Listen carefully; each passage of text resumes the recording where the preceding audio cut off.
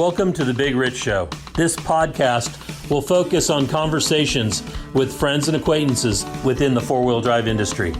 Many of the people that I will be interviewing, you may know the name, you may know some of the history, but let's get in depth with these people and find out what truly makes them a four-wheel drive enthusiast. So now's the time to sit back, grab a cold one, and enjoy our conversation.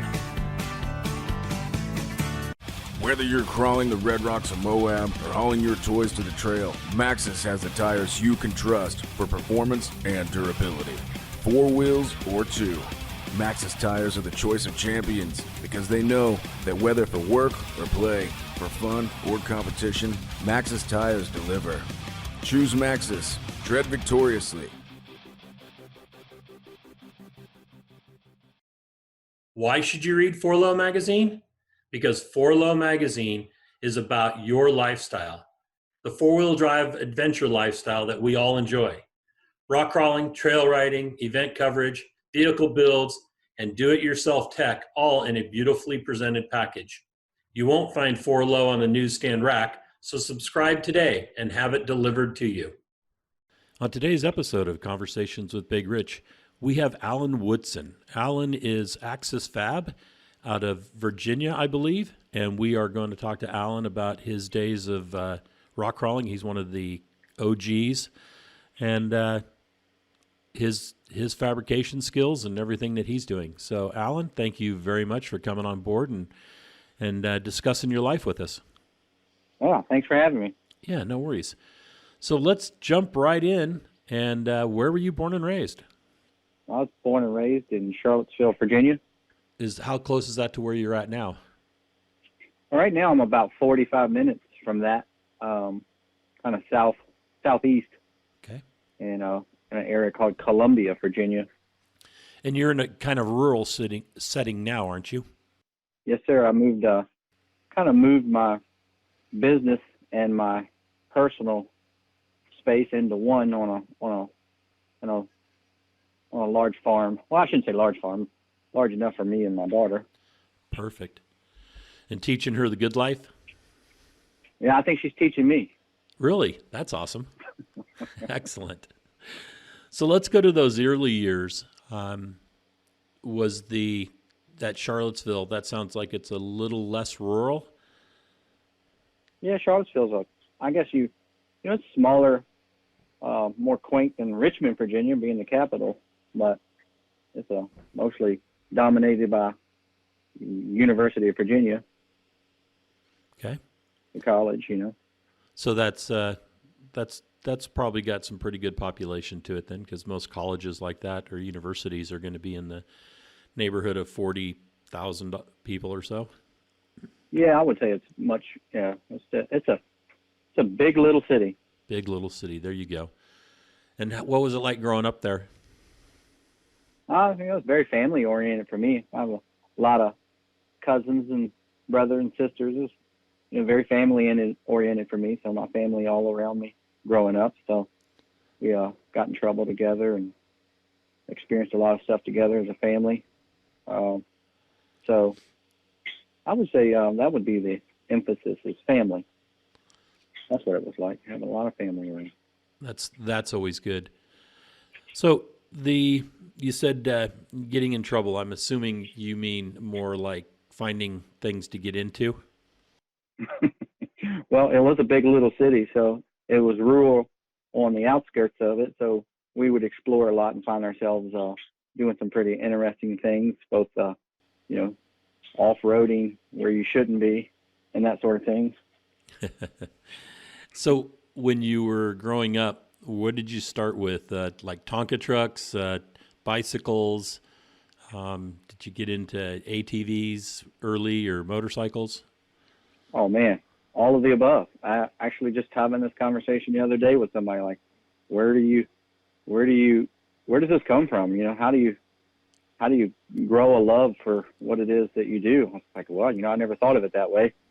But funny enough, my mom used to keep scrapbooks of our childhood. Each one of my siblings have one, and it's funny. You look back from like the second grade, third grade, fourth grade of monster trucks. Just drawing monster trucks. Everything you could figure out was monster truck. There was a thing back then. So, and then fast forward to, I was old enough to get a paper route and start saving some money and, buying the, bicycles and stuff that you could off-road with, and then advancing into motorcycles and ATVs. And of course I couldn't leave them alone. I started figuring out I wanted them to be modified a certain way, and whether it worked out or not, I started learning a lot of stuff. That's kind of where it started from there. And eventually, you become the age of driving, and probably wasn't interested in a vehicle unless it had four-wheel drive. Kind of went from there. Right. And Virginia gets snow, correct?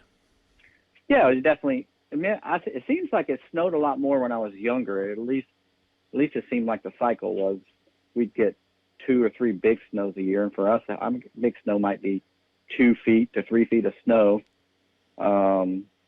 every couple of years. But yeah, we definitely get snow. I was not like out, in the Northeast, but right.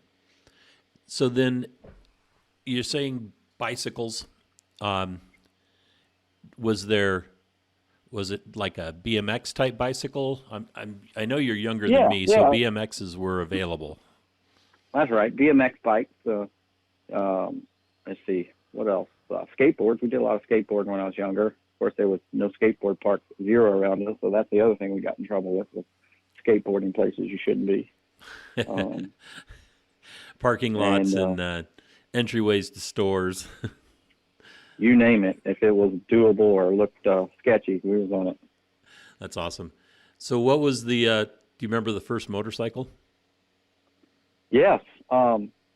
Actually, my first motorcycle was an XR80.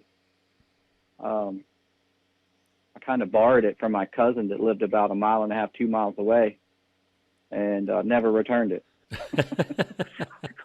Anyway, I got in quite a bit of trouble with that again, riding at places you shouldn't be in the inner city, and then out in the parks and stuff when nobody's looking. So but it was that was my first. In trouble because you were not licensed? Well, it's an XR80. It's an off-road bike, Yeah, and it's not like out west or some of the places I've experienced since where dirt bikes and the off-roading is more a part of life, and everybody's got access trails or something in their backyard. Right. Out here on the east, and especially in Charlottesville, there's little to nothing to do unless you go out into the county, which for me when I was growing up wasn't really much of a resource to do that. So I found my way finding trails in the outskirts of the city, you might say. Did you stay off golf courses? No, they were all fair game. Golf courses. Okay, school, that makes yards. That makes a little more sense then. Okay. Yeah. And what kind of tinkering did you do? Well, when I'm in dirt bikes, basically it was suspension, learning about, just trial and error, figuring out how to make them work better. For me, limited experience. I spent more time apart than together. Once I figured it out, usually I made them go faster and get better traction. I don't know. Come to think of it, I think we're always tinkering with exhaust and carburetors, trying to get more horsepower out of them, and doing that sort of thing. It was the 2-strokes. When I got into the 2-strokes, of course, my first few were 4-strokes. 2-strokes were a lot of fun. Figuring out how to get those tuned, and then I kind of just stayed. Once I got a little older and I was able to get out and about, we did find ourselves trail riding a whole lot. I don't know if you've ever heard of the George Washington National Park out here. We Right. used to take our dirt bikes up there, ATVs up there, and spend almost the whole weekend exploring trails and having a lot of fun up there. And who did you do that with? Oh, man, that's a good question. So when I was younger, I had a friend that I went to school with. His name was Roger Snow. Him and I would go explore a bit. And then as I got older, some of my friends that are still friends today, it's like Scott Jones, Carl Shortridge. I don't know if you know that guy or not. But Carl Wild nut, Shortridge, yep. Kenny Thacker, just a whole bunch of friends that I had, in my mid to late teens, kind of all still friends now, and kind of all advanced together into the off-road world related to four-wheel drive stuff. So if you guys were friends at that age, I'm assuming that you went to school together? No, as a matter of fact, just one or two of my friends that I went to school with, were included in that group. I got started young. I had a full-time job from 16. I guess I might say about 15 and a half, 16 years old. I had a full-time job. So most of my friends were 2, 3, 4 years older than me. Okay. And that's kind of how that. So you're saying Carl's an old man? He's a bit older than me. Yeah, Okay. I wouldn't call him an old man. But if he's not listening, yeah, he's a little bit. He's starting to look like an old man. Yeah. And Scott Jones, I've met him because he had one of your buggies or was spotting for you, correct? Yeah, Scott spotted for me a couple times. He goes all the way back. It's funny. Scott bailed us out. Our whole group kind of went with me the first time I went and did my very first rock crawl up at competitive rock crawl at Paragon. You remember that park up there that Kyle had? Yeah, went up there for the very first car that I built to get into the unlimited class. The day before I was practicing on the comp course and just wasn't wearing my seatbelt correct and new car blues, and ended up rolling the car and knocking myself out and breaking 3 ribs because I wasn't wearing my seatbelt correctly or the harness correctly. And Scott and let's see, do you remember Mark Smith too, right? Oh yeah, absolutely. Mark Smith was my spotter. I'm on the phone here, bud. The dogs are getting excited. I need to quiet down here for a second. No worries. This is why I edit everything. Yeah. Yeah. So Mark Smith and Scott, who just came to spectate. Scott got in as a spotter and drove the car because I was in so much pain from the broken ribs. I actually had one of the ribs that it broke and then overlapped itself. You know how they kind of push down out. Oh, damn. Yeah, it was rough. And so they had fun working with the car, and of course Paragon's got some really awesome terrain up there. So yeah, then. And you built that car? You built that car from scratch? I did, yeah, I sure did. I built that car. Actually, that first car that I put together, I bought a bare chassis from, oh man, what was his name? Grady. I can't remember. Grady Off-Road out west. Oh, Grady. Okay, yeah. So I bought that car from him, or should I say a bare chassis.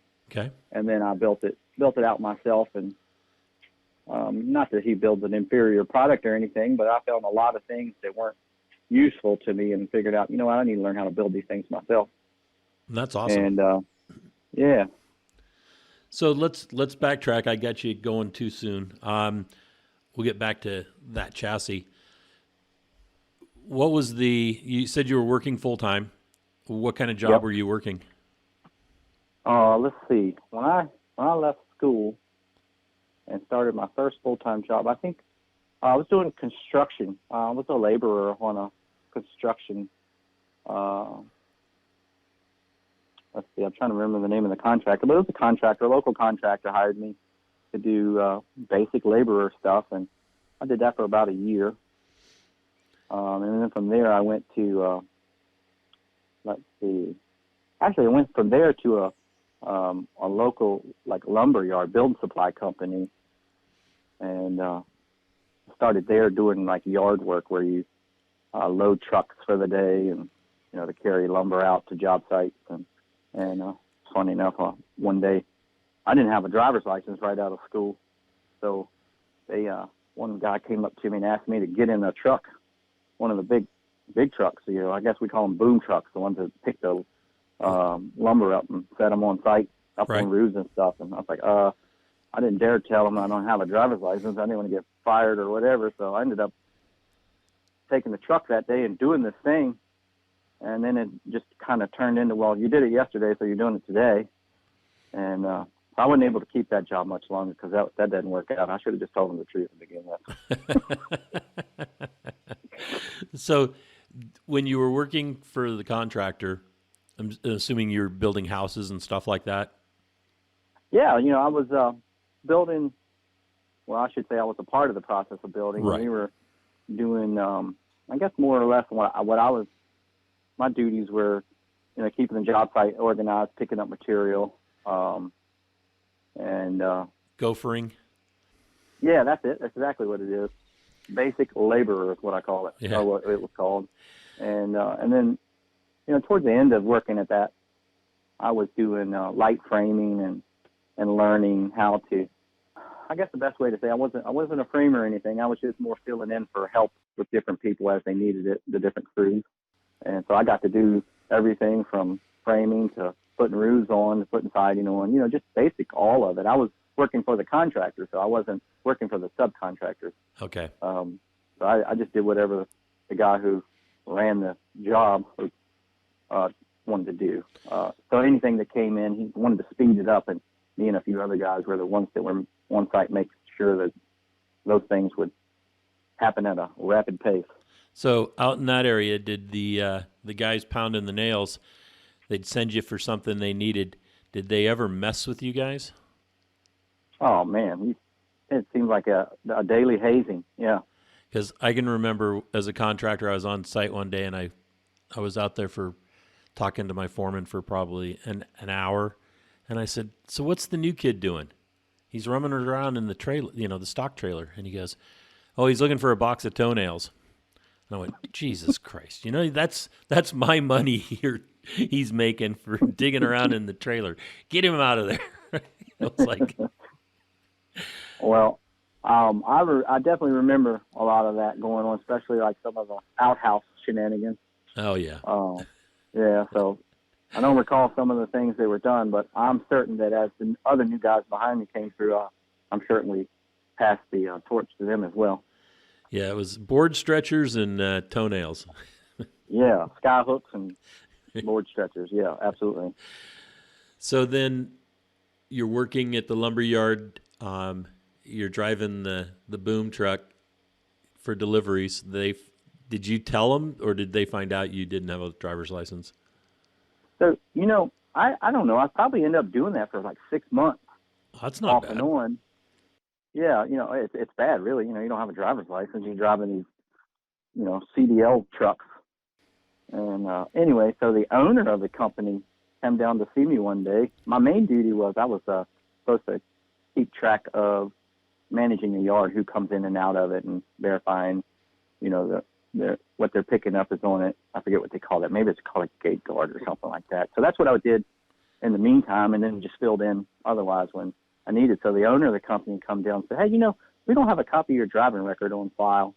Maybe we should have that. I need that for insurance stuff and, whatever. I said, no problem. I'll go get that for you. And a couple of days goes by. Of course, I can't do it. And I'm thinking, I'm probably going to be in trouble. And I didn't get fired from there. I kind of just gracefully said, I'm going to go ahead and just put my 2 weeks notice in. And I didn't show up the next day type of thing. And got lucky. I had a guy that had been talking to me about getting into electrical work or helping him with his electrical business. So I went right from that job right to the next. So it all seems like it was meant to be, or at least supposed to flow this way. That's when I started doing electrical and learning some trades. Did you? That was a fall. When did you get your driver's license finally? I think I didn't get my driver's license until I was 18. It's funny. I've owned up until that point, I probably owned 10 cars, vehicles, and I'm kind of ashamed of it now, thinking about saying it out loud, but I drove several years with no driver's license. Well, full disclosure, I did something to deserve the ability not to have my privileges. Okay, understood. We won't get into that. Bad boys, what you gonna do? No. It was an innocent mistake. Okay. Nothing funny. I'll tell you about it. It is kind of funny. Okay. So one of my cousins and I while my parents were out of town, thought it was a great idea to hang out all day and do things that kids do when they're unsupervised, experiment with alcohol and stuff. And then we got kind of distracted and forgot that we had responsibilities. We were supposed to take some keys and drop them off at his place of work. And that evening, things should be normal, but we're still making bad decisions. We jumped on one of those, a moped, and we were going down a one-way street the wrong way, speeding while doubled up on one of those. And we got in trouble. And that led me to having to explain that to my dad. That was a pretty colorful moment. And of course I got a summons to court, and the judge thought it would be best if somebody with that colorful of a what would you call that, infractions from that event, maybe they shouldn't have their driver's license for a while. Oh, that kind of sucks for driving a moped backwards. Yeah. Come on. Yeah, they said I was driving down a one-way street the wrong way, speeding, doubled up. You're only supposed to have one vehicle or one person on the vehicle. Oh, and I was technically underage. I wasn't of driving age for one of those on the street. Ah, okay. But you didn't get deuced. No, okay. I just got tagged, so I couldn't get my license until I was 18. Well, that's not too bad. Nah, not really. Just doing kid stuff and making silly decisions. Wasn't like you were the getaway driver in an armed robbery or something. No, that came much later. That later on. There you go. So what was the first car you had? Oh, man. First car I had was a Honda CRX. Really? Okay. I hated it. Did you push it beyond its capabilities? No, I drove it for a few weeks and decided it was gross, and I needed a four-wheel drive. Ended up buying my first Jeep. I bought a CJ7 from Carl Shortridge, actually. Oh, all right. Yeah, my CJ7 was my first four-wheel drive, and I drove it to work just about every day. Again, unfortunately. I guess we already covered that. But, yeah. So how long did you have that? Is it something that you wish you had now? That CJ7 was a huge piece of junk, and I'm probably going to hurt his feelings because it was real sentimental to him. But I spent more time working on it than it ran. Again, I drove it every day, but I was always working on it. It's just one of those Jeep projects. If you ever come across one, you know exactly what I'm talking about. Oh yeah. They don't move until you rub on them for 15, 20 minutes every day. And you're buying at least a couple $100 worth of parts every few weeks. Isn't that every Jeep project anymore? I got lucky. I did come across a few Jeeps that were a lot more reliable than that. But that first one, maybe it's because I was young and money was hard to come by that it felt so painful. But that particular one, I remember being a huge headache. But then the few after that, I had good relationship with. Excellent. And did you ever get into the full size, like square box Chevys or anything? Oh man, did I? So I would say by the time I was 18, when I was 18 or so, I ended up buying my first square body. I had an 87, what do they call it? A custom deluxe, which meant no AC, no radio, just a 8-foot bed, 2-door truck. Vinyl and plastic. That's it, man. It was a manual 4-speed with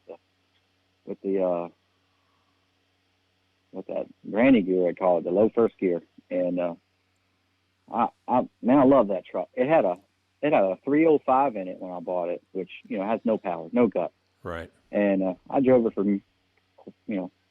I don't know, I'd just be guessing 50,000 miles like that until it was just wore out, and it was already high mileage when I bought it. But I built my first engine in my kitchen. My first house I bought. Okay. I bought my first house at 18. So your parents allowed that? No. I bought my first house when I was 17, 18 years old, and my shed was too damp. And so when I got my engine block back from the machine shop, it was starting to flash rust. So I said, no, I can't do that. So I put it on the kitchen table, and built my first small block 350 and put it in that truck. And that's when I started learning about gear ratios. It was forced upon me. I put an engine in there that should have been creating about 400 or 500 horsepower, and it had even less. Well, I shouldn't say even less. It was barely a marginal bump in noticeable gains over the 305, and I just couldn't figure it out why it was like that. And then I often talk to people that said, well, what are you getting for fuel mileage with your truck? And that truck with the 305 was amazing. It would average 20, maybe 22 miles a gallon, which is unheard of with a truck with 35s on it. And we checked the gear ratio. A friend referenced, hey man, maybe the gear ratio is something you should look at. And I had never ever seen one before or since. That thing had a 273 ring gear in it. 273, and, wow. Can you imagine that?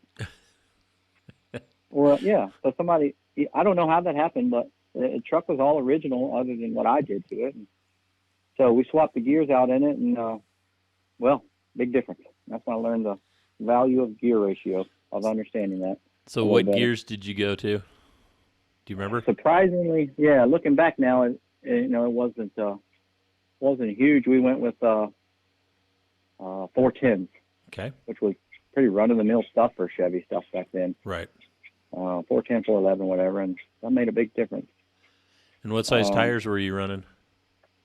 I think by the time I sold that truck, we had 38s on it. But when I was doing the gear swap, we had 35s on it. Okay. I just loved to burn tires up. As I drove it to work every day, and, you got these super swampers on there, and you're just burning them up and you're smiling about it, young and dumb. Expensive tires. So you're a typical East Coaster running intercos. That's right. Those huge tires, the 35s. I was poor too, so they're bias ply. Bias plies. So they were square blocks of rubber in the winter. Yeah, any kind of rust in the road, you better be ready to yank that steering wheel left and right as fast as you can. So what kind of modifications did you do to that 87? Oh, Besides man, the gears. That poor girl got everything you could imagine. I think by the time I was done lifting that truck, it had, which was big for me. I know a lot of other people. Keep in mind, I'm driving to work every day. I think it had 8 inches of lift. Of course, we had headers going back to Flowmasters and pretty much minimal exhaust from there. Pretty loud and obnoxious. Of course, I told you I built the motor to put in there. High performance clutch, because I never drove it like a sensible person would. I couldn't tell you how many sets of tires I went through on it. It was quite a few. Swapped wheels on it like people swap their shoes. Right. Just always have a different look. Yeah, I really did a lot. I always that truck was fire engine red, just real bright red. Never really was in love with it, but I kind of missed that. That's one of my top favorite trucks, that particular first square body I had. I can understand that. I had an 86 Chevy 1-ton short bed, 4-speed, that I just absolutely love that truck. It probably helped that it had 49er colors. It was red and gold. So. Yeah. So then, what when you were in school, you said you got out like at 16 or so. Yeah. You didn't play sports or then you were probably doing your own thing. Yeah, I was playing sport. Okay. I was football was the only thing I was into. Kind of went through that phase. Kind of short. I didn't get to play football a whole lot before I moved on, but I did football. I was actually doing really well in school. I was doing stayed on the honor roll most of the time. Nice. Stayed pretty busy. And you just made that decision it was time to go to work? No. I think I mentioned I got in some trouble. Oh. And, yeah. Okay. Got in some trouble with some school things. And I don't remember how one thing led to the other, but they felt I was a little too mature for school. I should move on. So I did that. I took their advice and got my my diploma and moved on and started my life. Okay, fair enough. So then you're working at the lumber yard and then an electrician. How long were you working as for the electrician? That was the start of a pretty long career. I definitely learned a lot from that first guy. He was a good friend, and I learned the company that I worked for was a small company. They did electrical work, heating and air, and I learned how to install heating and cooling equipment at just a helper level, if you will, from there, but enough to see that I was interested in it. So moved on to a few other places I worked where I learned more, and I ended up going back to trade school and got my, I guess, what do they call it, apprenticeship program all the way to the master's in electrical, heating and air, mechanical, plumbing. And gosh, I ended up working in that field or career for 25 years. Wow. Or 20 years. Okay. Yeah, somewhere between 20 and 25 years. And I wouldn't say I always did that. In the early years of electrical work, that was probably a 4 or 5 year process, learning everything I wanted to learn about a career in that. And I didn't really choose it; it chose me. So I just tend to try to excel at whatever is in front of me. And so in that process, one of my favorite jobs I had was sign work. I actually did electrical maintenance and repair and installs, and then it moved to manufacturing, which is where I learned a little bit about fabricating. We used to build signs and install them, travel all around the Virginia area, working on high-rise signs, storefront signs, neon signs, fluorescent signs, and that was probably one of them. So a lot of sheet metal. Yeah, a lot of sheet metal work, frame work, TIG welding, MIG welding, aluminum. We ran a CNC machine, cut our own. I guess we call them letter backings. The traditional signs you see on a storefront when they're individual neon signs. We would make each letter, hand form them, fit them, have the neon glass made, fit them with that, transformers. It was real fun. I enjoyed that. That company ran into some trouble, and I moved on. Actually ended up doing something real short that was interesting, was well drilling. I ended up doing working for a EPA contractor well drilling company. They do monitoring wells for groundwater at different places. The most popular one was gas stations, monitoring gas leaks. That's when I learned a lot of sketchy stuff goes on at gas stations and how much they're allowed to leak before they're a problem. I did that for about, I'll just say a short term. And we also drilled well water, for residential, commercial, drinking water. What else did I do after that? That was probably the most horrible job. I learned a lot, but it was just a terrible job. Was that why was that? Was it because of the style of work, or just something you really weren't that interested in? Well, I definitely wasn't interested in it, but anything mechanical with engines or,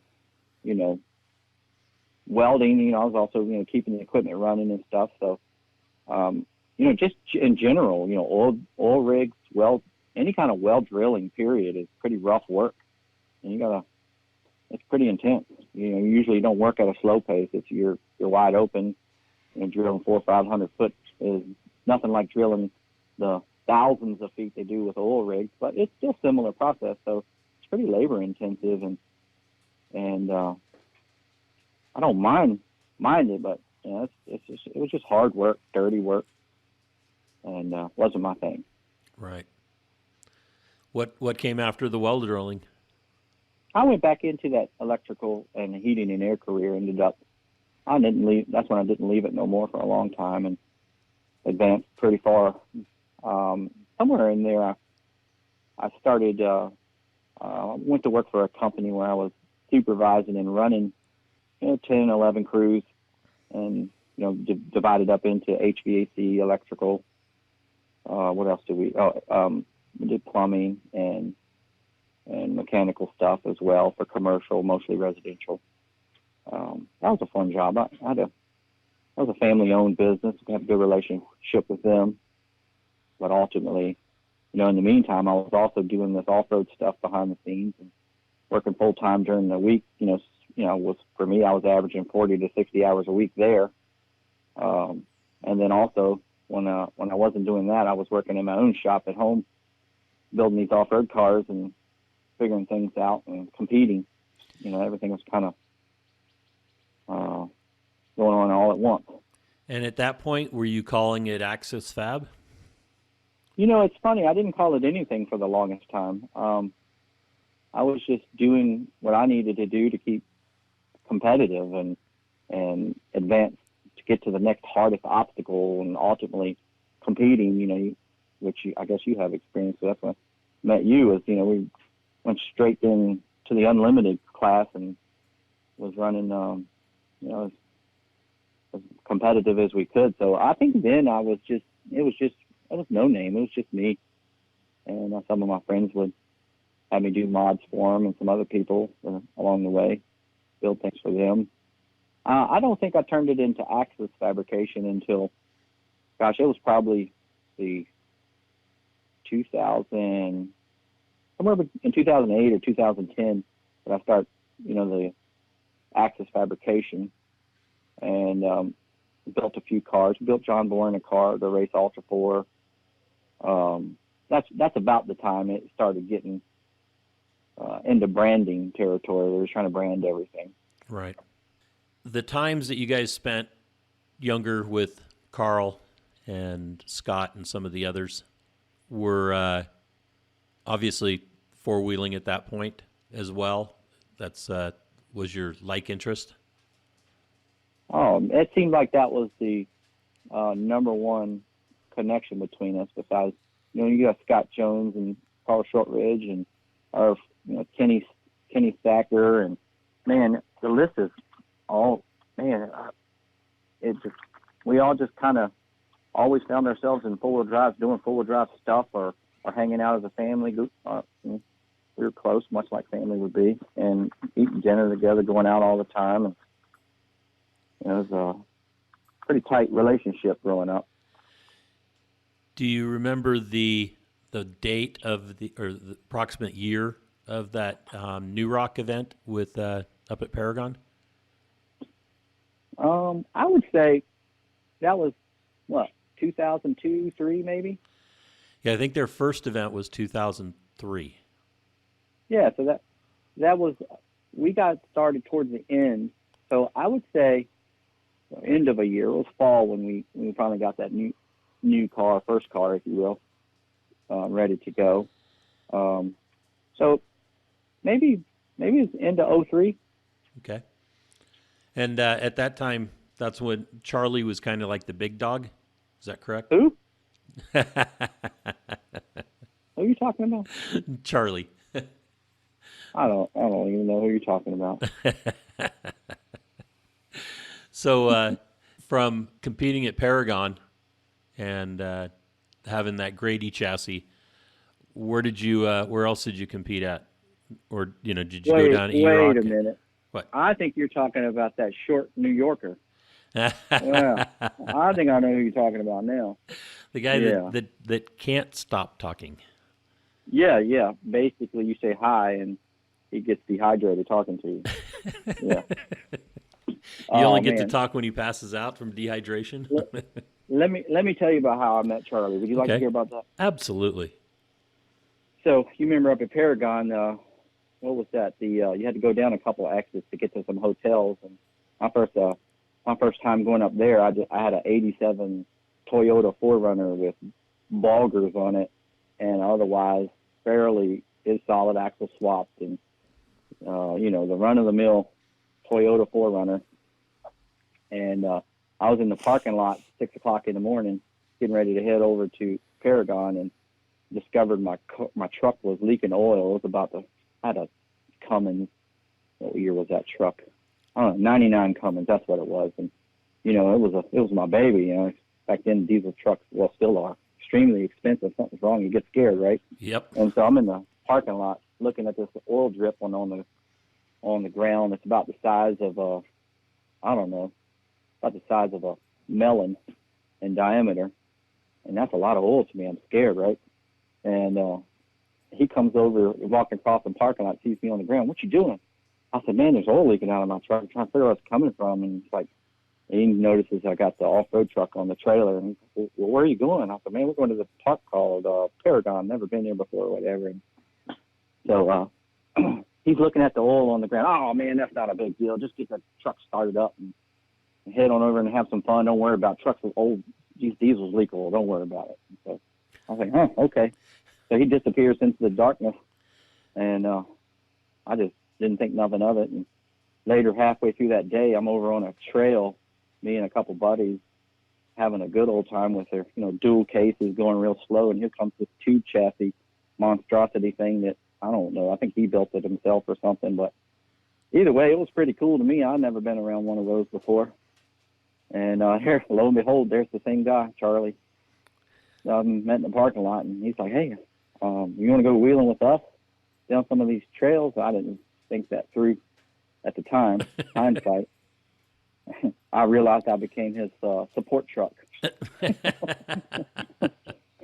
Yeah, we ended up wheeling together the whole weekend. Basically destroyed my 4Runner. It was no longer, I think we burned the clutch out of it that evening and had to put a clutch in the parking lot. Went back for it the next day, still trying to keep pace with these guys. And these built, tube chassis and stuff, and burnt the clutch out again. And I think that was the last time I took that vehicle anywhere. I think that's when I realized I needed to be doing some, I was really attracted to the hardcore stuff. And that's how I met Charlie. Listened to him all day.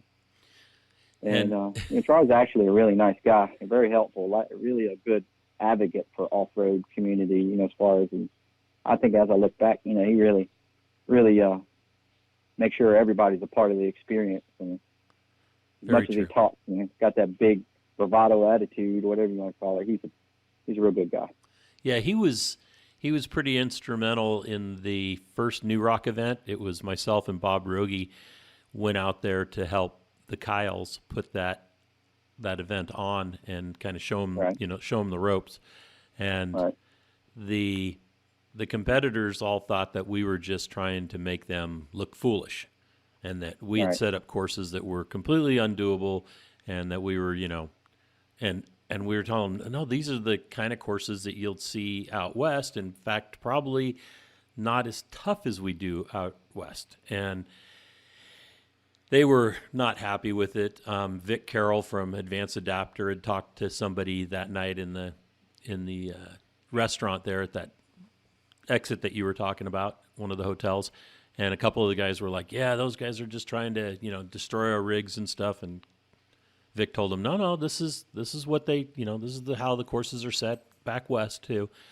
And so I had a driver's meeting again on Sunday, which I rarely ever do, but I had to explain to everybody that, we weren't trying to damage them. We weren't trying to, we're just trying to give them the experience. And Charlie spoke up and said, you guys need to quit bitching, You just need to get out there and wheel. This is stuff that, they do all the time. And everybody got the hang of it after that. The second day was much smoother than the first, but it was pretty brutal the first day. Yeah, I definitely remember the learning curve, and maybe that's what these guys were experiencing. Was you can go drive these trails all you want to, and you can say that you ran an obstacle a certain way, and you completed it, and you're just as good as the next guy behind you, and the whole thing. And then, but the moment you set cone, and you have to go a very specific way, or else everything changes, and that's probably what sets a lot of people apart in both the frustrated category and the ones who are really rise to the challenge and figure out how to become a better driver. Staying between those cones, and I don't know. That's kind of my take on it. I can see how those guys would get upset and trying to figure out how to take an easy line around something versus, oh, nope, you got to stay right here, learn how to drive between these cones. Exactly. Yeah, I think that the competitive scene really did forward the ability of a lot of drivers out there. Not only just the technology in the vehicles themselves. Because I mean, look at what you guys are all building now, compared to what was being built back then. But also, the being able to look at the terrain and then realize, figuring out a way to get through there. And because I know that a lot of people have told me, when they first come out to an event and they look at the cones, even in areas that they've wheeled before, and they may have competed before, but they look at it and like, what are you doing? You on drugs or something? How do you? Right. How'd you come up with that? And it's Right. a little different, like out at Roush, where everything is concrete and you're pretty limited on what you can, that you can't really have anything you haven't done before. You just got to tie them together differently, basically. Well, that's a really interesting way to point out, the difference between man-made courses and natural courses. Man-made, the concrete courses that they have up there are super, it's great. I think all my experiences there have been great. I like the traction. I like the lapper traction occasionally, the steep inclines and off-camber stuff, but nothing compares to having a comp on natural terrain, especially the East Coast terrain that you might find reminiscent of Paragon and some of the other trails that we had access to up there. The Roush Creek their comp course is awesome. It's really hard to raise the bar for what these cars can do until you get on some of this natural terrain that all too well. But yeah, man, I agree. While the concrete courses are typically easier for us to set up and deal with, recoveries and all that kind of stuff, because you have the access. You're not picking. It's not in an area where you can't get to a car. It's still, I still prefer the natural courses over the man-made myself. We try to avoid the man-made now. Yeah, I definitely have an appreciation for the concrete, having lived that evolution. I feel like when I was, still figuring it out, that Roush Creek was instrumental to, just figuring out angles and, really dialing the car in. So I still think that Roush Creek, that comp course and other concrete courses are very, very useful for tuning a car. Someone who's just built a car and you need to work it out in short order close to the trailer. I love actually going. That's my go-to place for getting those things sorted out. But man, nothing compares to getting out there and on the natural rocks and figuring it out, especially new line. We really like breaking new trails too, finding some big gnarly stuff to run. Right. And it appears that there's more stuff becoming available to the guys out east. There's more private property owners that are finally figuring it out that they have the property, they might as well have it open. Yeah, it's funny how the difference, being able to experience the West Coast, anything from, when I say West Coast, anything west of Tennessee, just a different mentality and off-road in general. It's a way of life. It's more access. There's more, state parks. There's more things that allow off-roading, whereas the denser you get into the East Coast, it just seems like it's frowned upon and restricted heavily. So it's harder on the East Coast, at least in our close proximity to the places we run. So no, I agree 100%. Even I would say, I typically think that once you get out of Colorado and New Mexico, you're hitting much more restricted areas. Really? Yeah, the control, you're finding less open lands. Right. So it's people having to build those parks. On the West Coast, there are, if you take the west of the Rockies, everything is, there's open OHV areas that are controlled by Bureau of Land Management, like Right. what we have up in Rangeley, Colorado, or down at the Hammers, or the state parks in California.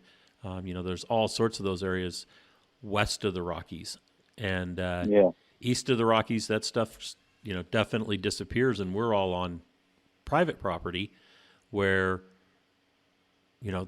somebody's talked their friend in, some rancher dude or something like that says, hey, you got this canyon, you got this set of rocks back here that's no good for running cattle on or doing anything with. Let us go wheel it. And then eventually it turns into a park. And that's, it's really fortunate that people are okay with that. Yeah. Yeah.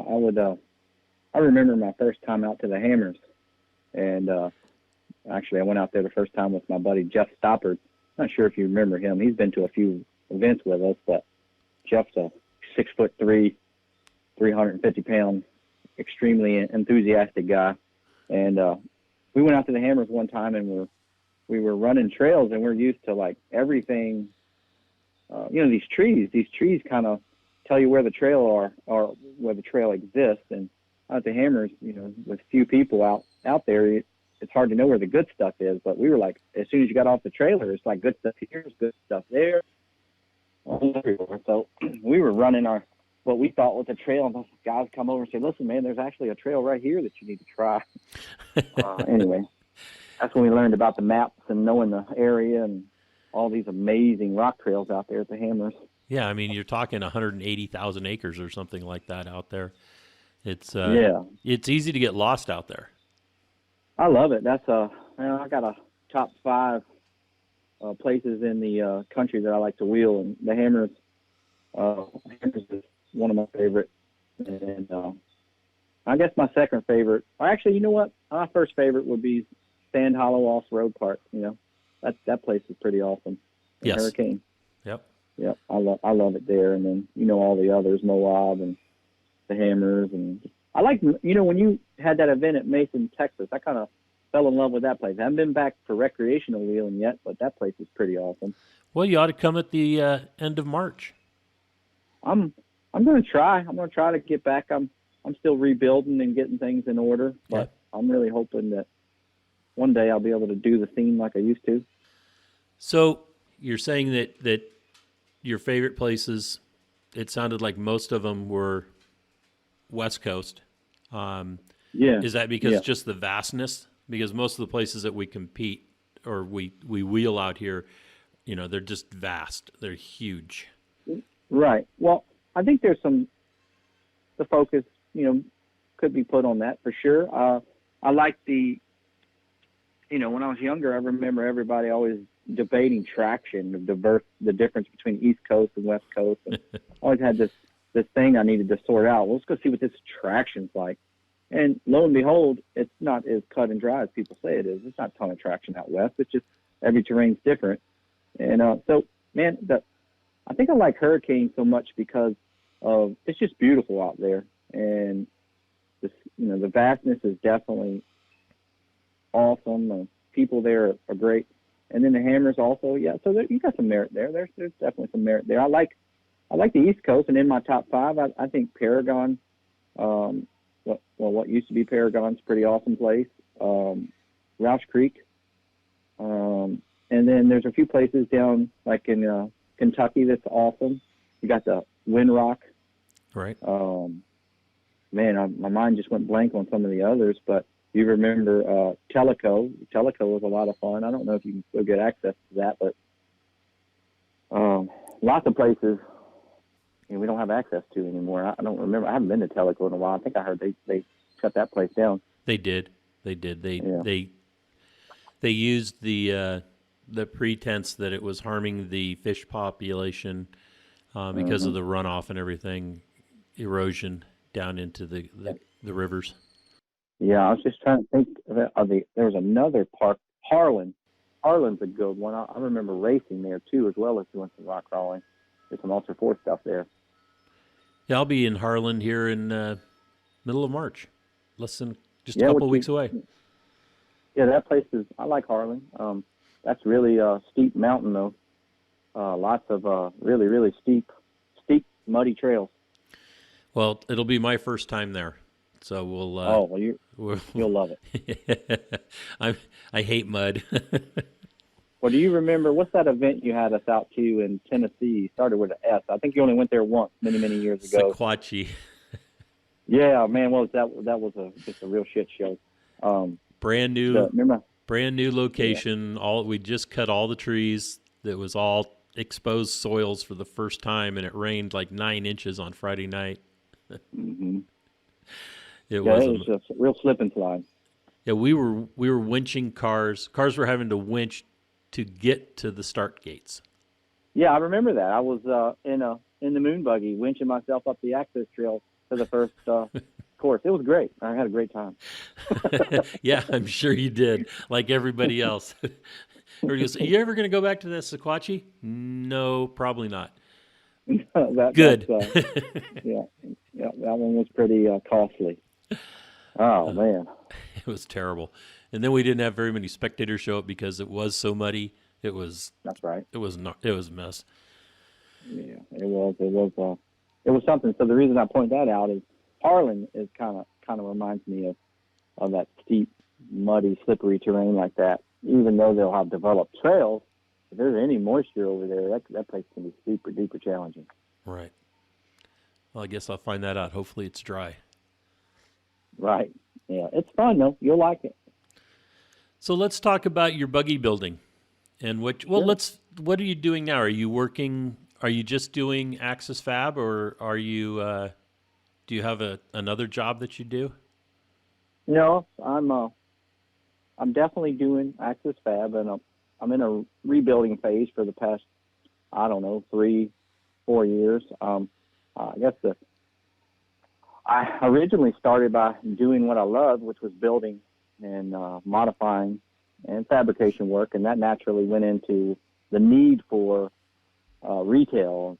You know, to build these cars, and you need to have accounts with advanced adapters, Fox, you name it, Warren, or places to get winches from, I should say. And so it kind of started accruing all these places, and most with buy-ins to get the good prices, and that naturally led me to retail sales. And so started doing retail sales, had several employees over the years. I figured out retail sales, and it's hard to make a living in retail sales. The margins get tight. There's always somebody selling it cheaper. And I stopped putting the emphasis on building these cars because I was trying to make this retail and thing work and website work. And so, I don't know, I think from 2013, 14 is when I really ramped that up to about 17, and realizing it just didn't work for me. It wasn't something I was passionate about. So I was wearing myself thin as a business owner would. We were modifying people's Jeeps and off-road cars, and stayed busy in the shop with that sort of project. And you probably remember I actually went cold on the competition scene for a long time, just trying to keep things focused when I went 100% into my previous career, into this other one, where I'm doing this full time. So there was a time where I realized I probably put too much investment into the low returns or low margins of retail sales. And I know there's some companies that do really well at it, but they probably have a much better recipe than I did. So that was a little destructive, investing so much into that time frame.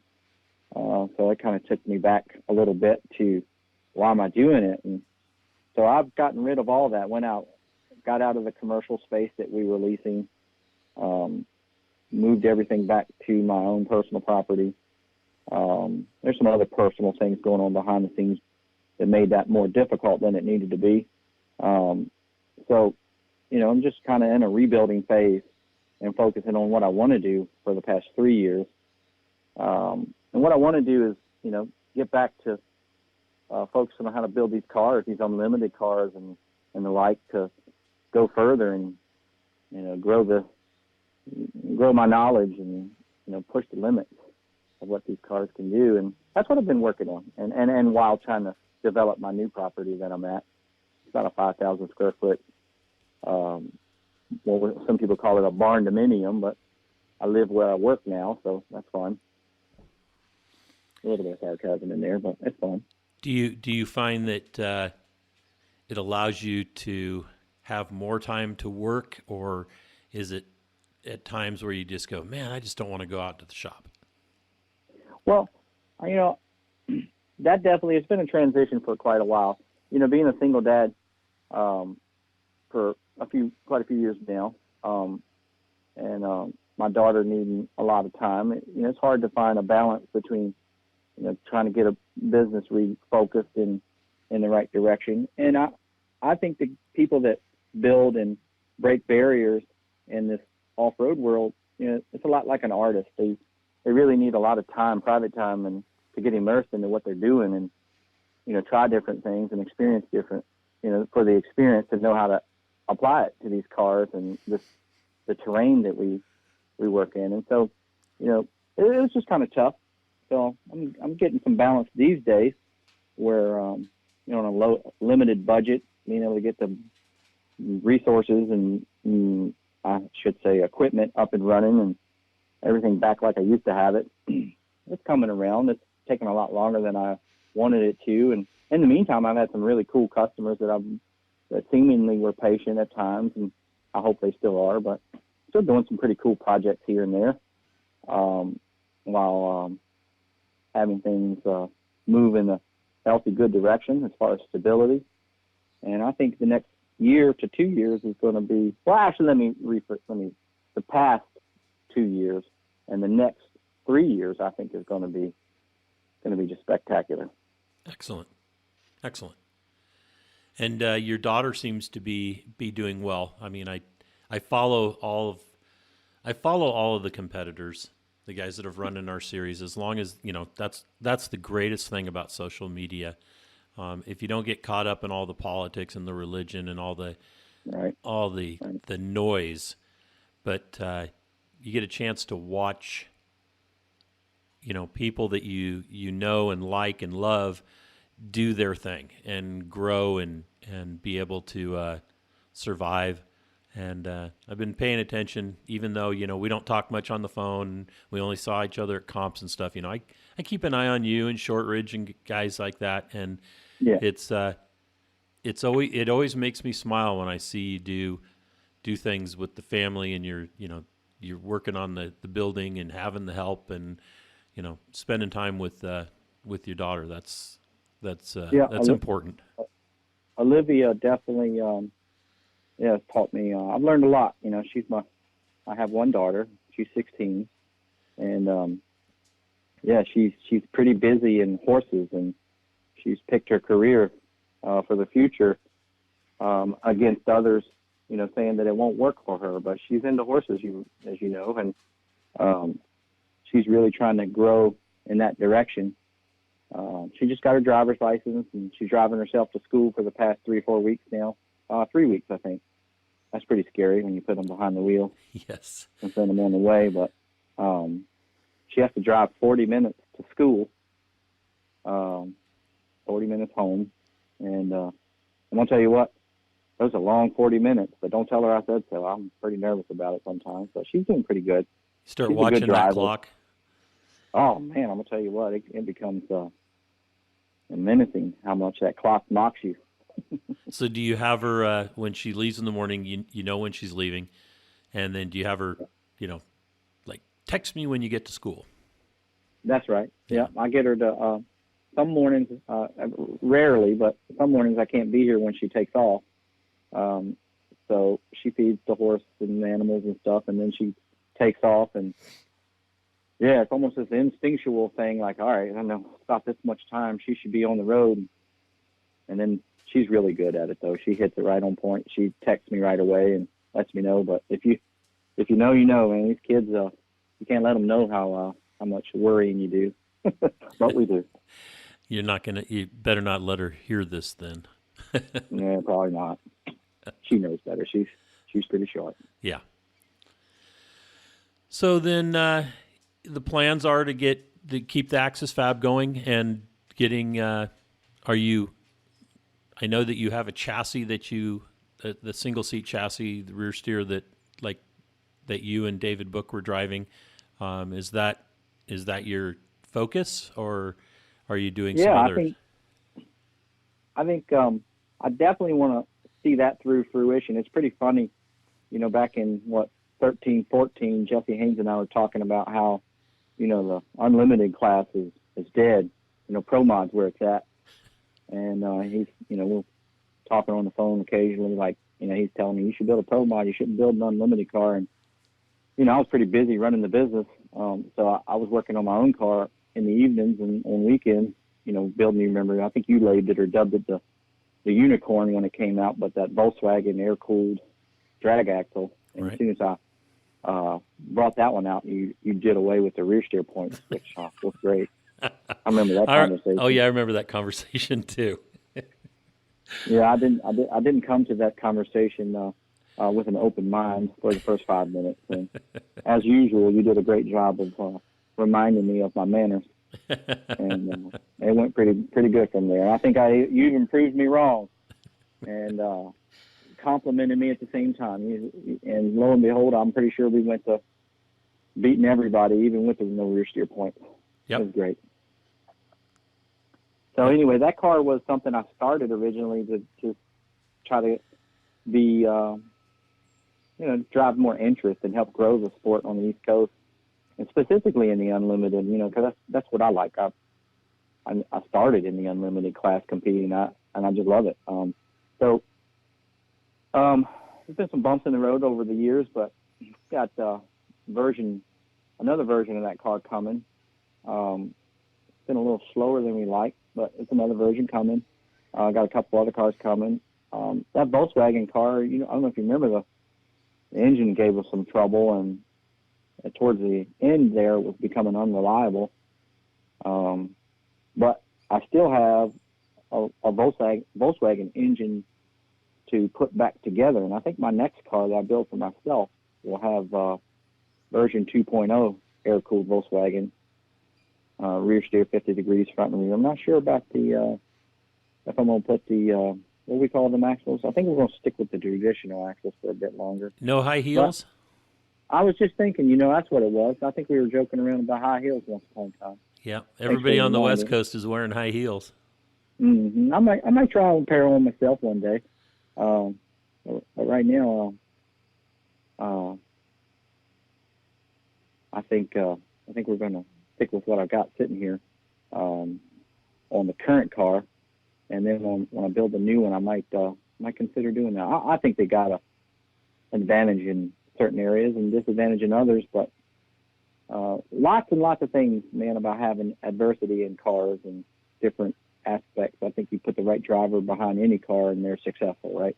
Correct. So I don't know that one design over the other is going to win the day. I think you got excellent drivers and strategists that know how to be on top. There's a lot of great ones out there. Absolutely. The top drivers, once they've learned, how to play chess against me, because right. I look at the competitions as a chess match. You got it. With the board being the terrain, and then me setting the courses and you guys driving them. And I never look at it as, I want to stop you guys. I want to challenge you guys where you look at it and say, what was he thinking? We'll never be able to drive that. And then you guys figure it out. It's funny you mentioned that. I think Dave Brook and I will have probably talked the most out of all of my friends. And I told him once upon a time, when he was first, getting his feet wet into the competition scene, I said, you're really not competing against these other guys. You really just need to master what's going on in the head of Rich Klein there, and figure out what lines are doable. He knows his terrains, and he knows, at some extent to what these cars can do and can't do. And so we got dummy lines, and you got totally doable lines. You just got to figure out how to do it and use the rule book as the resource to stay within the parameters of what he's thinking. And it's funny to hear you say the same thing of what I said to him, basically. Yep, that's how I look at it, and that's I always have I don't. Somebody goes, well, do you ever drive the courses? Well, no, but after doing this for 20 plus years, setting courses and watching the vehicles drive competition courses. I mean, back from when ARCA started, it's a science as well, building the car as it is setting proper courses. That's exactly right. So you look at the perspective of a driver, he's going to know how to get in the car and understand exactly and translate what it is what you're seeing. Like your perspective is, you wouldn't know how to get in the seat and do the same thing in this chess game, as it were, not your Jeep or anything like that, but Right. this chess game you play.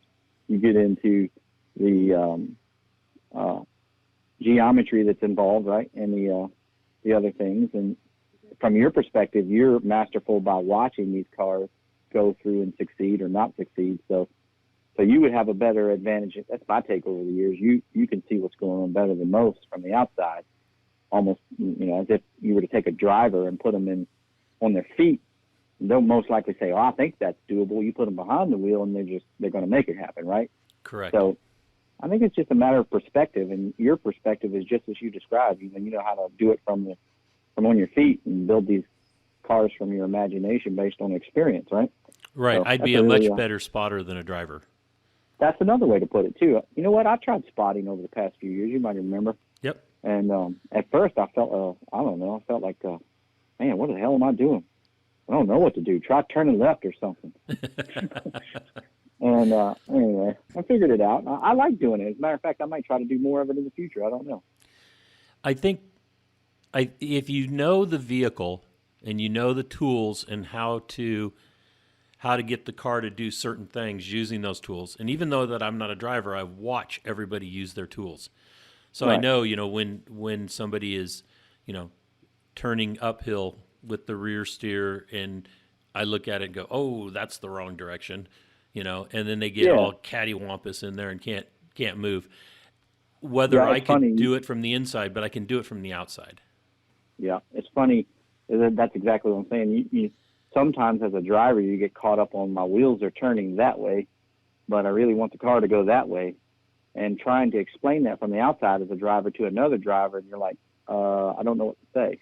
You got to use your feels at this point. Yep, you need your tires that way, but the car needs to go that way. And by turning this way, it's going to get it to happen, I think. At least that's what I think from the driver's seat. But, when it comes down to communication, having a good connection, I think one of my struggles was having the ability to connect with spotters and listening to what they see and work with versus knowing what the car needs to get what they want. Right. And I think, man, I'm going to tell you what, spotters are the most undervalued, overlooked resource that's required to do what we've been doing on the previous formats, right? Yep. So these guys are, you take like Mike Fox. Mike Fox started out rock crawling with us in the beginning. He was, as you know, a marathon runner and just otherwise a guy that just makes stuff happen. And as it turns out, over the years, he turned into one of what I think is the premier spotters out there.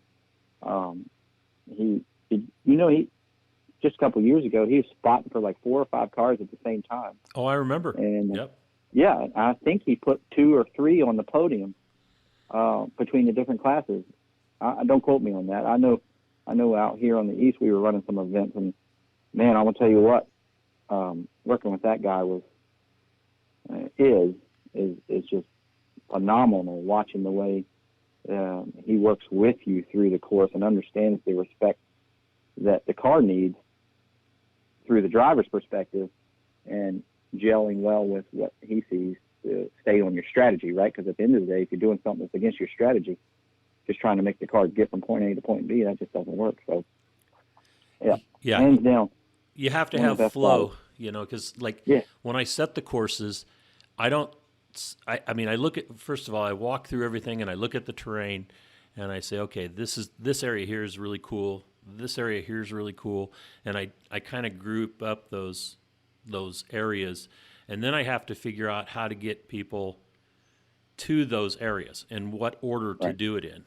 And so that it becomes challenging, but also so that, sometimes it's really easy to get from gate 1 to gate 2. But sometimes what I really prefer to do is to put the set of cones like the goalpost, and it's all about getting to those goalposts, not necessarily getting through the goalpost.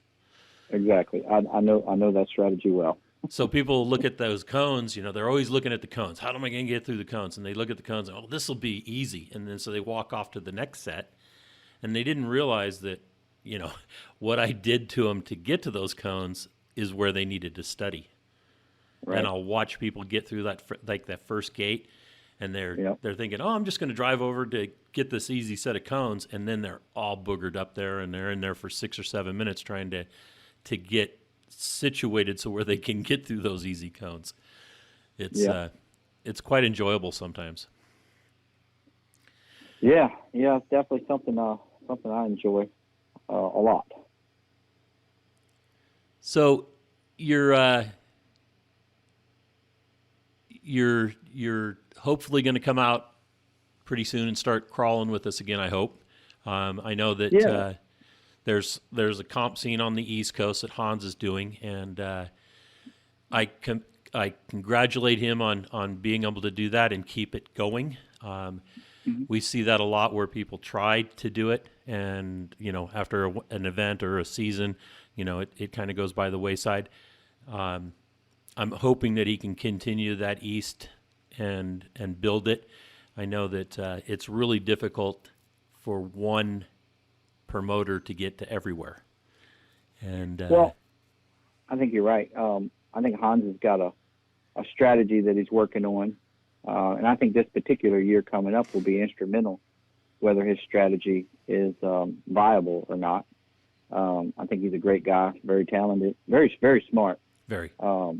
Yeah, and I don't know if I know many people as enthusiastic and passionate about off-roading the slides into the role, like, trying to put these events on. So I applaud him for it. I think he's got a new format that he's working on for this year, based on his experiences from the past few years. At least I've heard. I haven't talked to him in a while now, but some of the stuff I've heard is it should be pretty exciting to see some of the changes. One of the things I got to say is it was pretty disappointing seeing that We Rock isn't as prevalent out here on the true East, or Far East, I should say. But I think maybe as the sport grows, I got a question for you. You think you'll bring it back further, or what? I think eventually that it will come that direction. We've brought Jake Good in as a partner, and eventually he'll be taking it over completely, and that's going to be his decision. We quit going that far east because of the car counts. And exactly. We've had that conversation for years now. Yeah, and I just couldn't make it work. And if I can't make it work, I can't. If I can't afford to make it work, I can't do it. I can't make everything else suffer to push through when we just weren't getting the participation.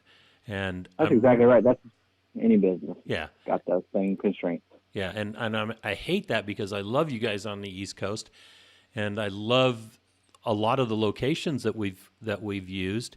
It's just, I couldn't make it work financially to drive out there and do it all, and then have that long drive back, and not have enough cars show up to make it viable.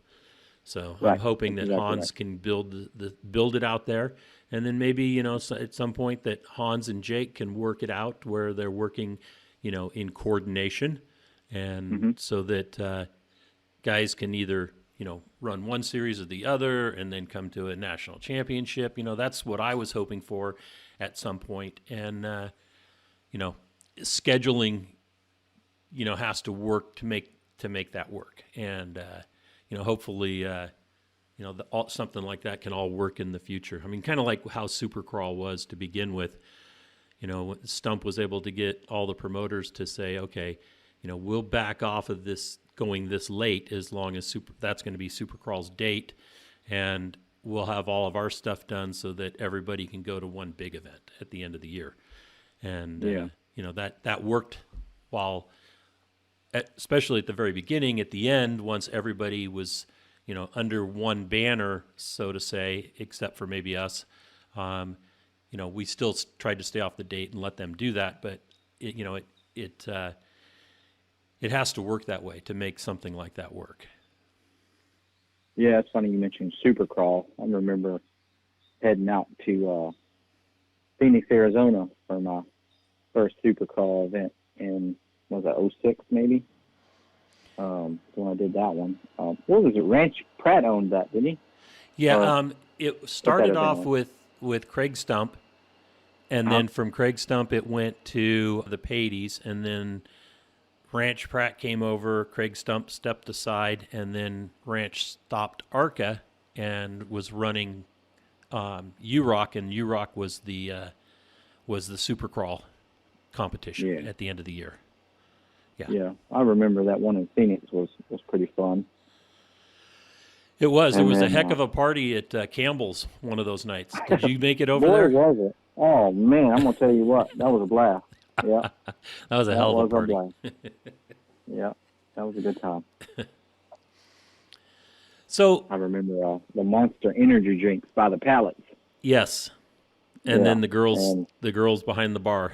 Yeah, there was that too. Sure.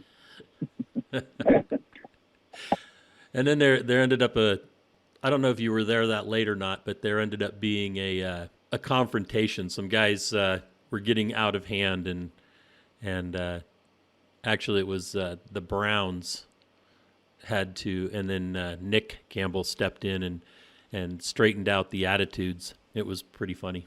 It was pretty crazy. Yeah, I don't remember. I remember there being some kind of extracurricular activities going on over in one area, but I think I was preoccupied with what I was working on, and yeah, it was a good night. I don't remember that specifically. I do remember some kind of commotion.